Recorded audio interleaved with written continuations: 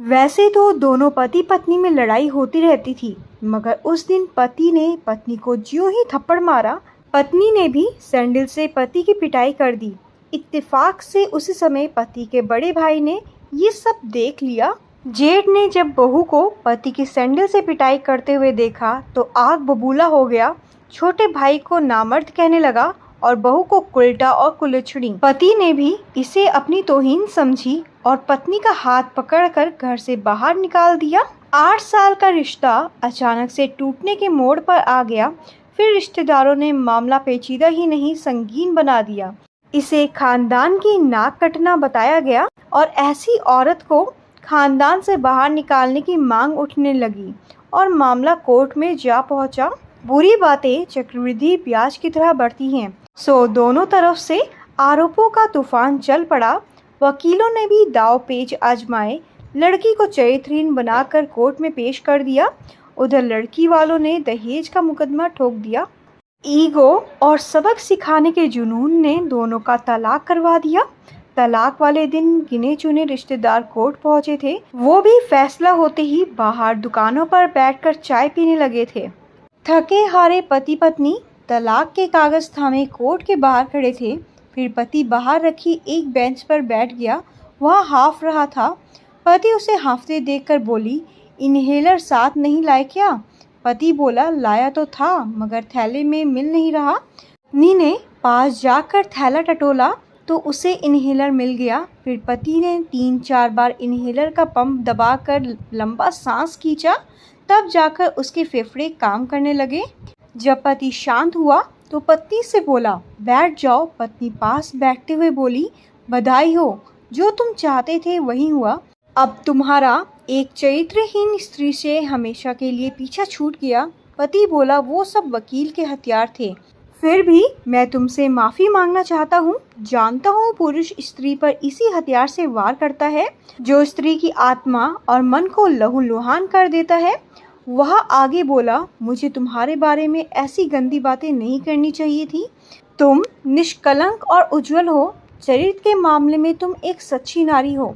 वह चुप रही। फिर उसने गर्दन उठाकर पुरुष की तरफ देखा जो कुछ देर पहले तक उसका पति था, मगर अब सारे रिश्ते खत्म हो चुके थे। वह बोला, तुमने भी तो मुझे दहेज का लोभी कहा था। वह बोली, सब गलत था मगर बदले में कोई आरोप तो लगाना ही था। पुरुष ने एक लंबी सांस ली और बोला, इस बदले की भावना में सब कुछ बह गया। हम तो ऐसे बहुत बार लड़े थे मगर कुछ घंटों में सब कुछ सही हो जाया करता था। मगर उस दिन गांव से बड़े भैया अचानक आ गए और सब कुछ देख लिया। फिर पता नहीं क्यों मैं उनके हाथों की कठपुतली बनता चला गया। स्त्री बोली, अब पछतावा हो रहा है क्या? पुरुष कुछ बोला नहीं, बस हाँ में गर्दन हिला दी। वह फिर बोली, अब घर में आपके साथ कौन रहता है? पुरुष बोला, शुरू में भैया भाभी कभी कभार आ जाया करते थे मगर अब अकेला ही रहता हूँ। वह बोली, फिर रोटियाँ कौन बनाता है? आपको तो बनानी भी नहीं आती। वह उदास होकर बोला, मैं ही बनाता हूँ, बाकी टेढ़ी जैसी भी बनती है। वह थोड़ा सा हंसकर बोली, और जली हुई भी? वह कुछ नहीं बोला, बस उसकी अधूरी मुस्कान की तरफ देखता रह गया। वह सोच रहा था कितनी खुलकर हंसा करती थी जब साथ रहती थी, मगर 2 साल में बहुत कमज़ोर हो गई है।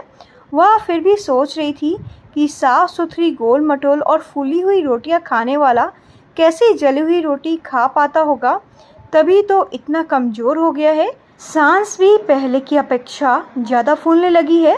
वह चुप्पी को तोड़ते हुए बोला, तुम्हारा कमर दर्द अब कैसा है? वह बोली, वैसा ही है, कभी सेक कभी पेन किलर, जैसे तैसे जी रही हूँ। एक्सरसाइज भी तो नहीं करती हो? पुरुष ने कहा तो वह फीकी सी हंसी हंसने लगी। वह उसके चेहरे के भावों को पढ़ने की कोशिश करती हुई बोली, आपका अस्थमा कैसा है? डॉक्टर भाटिया का ही इलाज चल रहा है या डॉक्टर बदल दिया? वह बोला, ठीक है अब, मगर टेंशन में बढ़ जाता है। डॉक्टर ने स्ट्रेस कम लेने को कहा है, मगर अब तो ज़िंदगी ही स्ट्रेस बनकर रह गई है। फिर वह कुछ सोचते हुए बोला, तुम्हें 12 लाख रुपए नकद देने हैं और 15,000 रुपये महीना। अभी मेरे पास नकद नहीं है।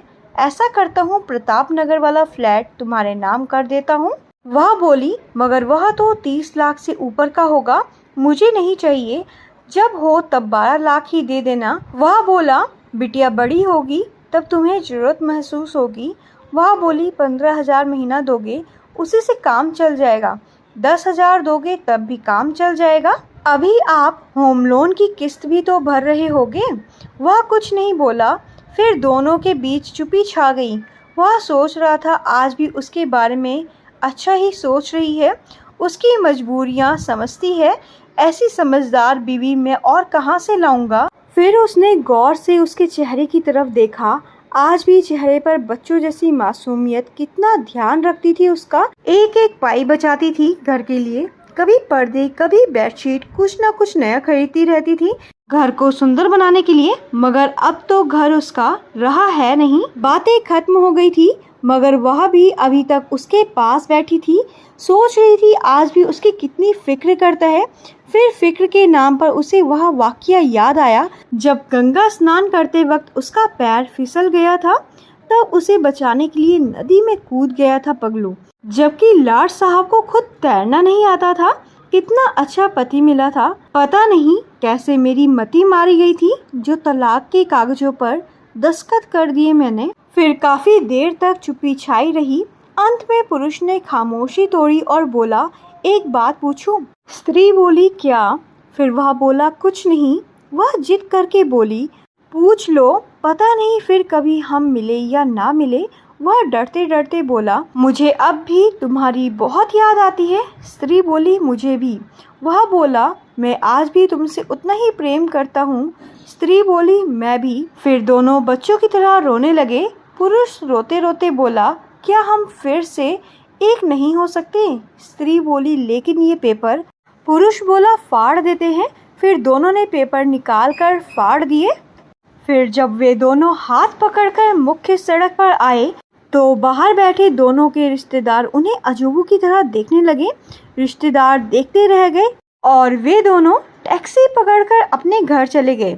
मोरल, लड़िए झगड़िए, मगर किसी तीसरे को मियाँ बीवी के रिश्ते में भागीदारी मत लेने दीजिए।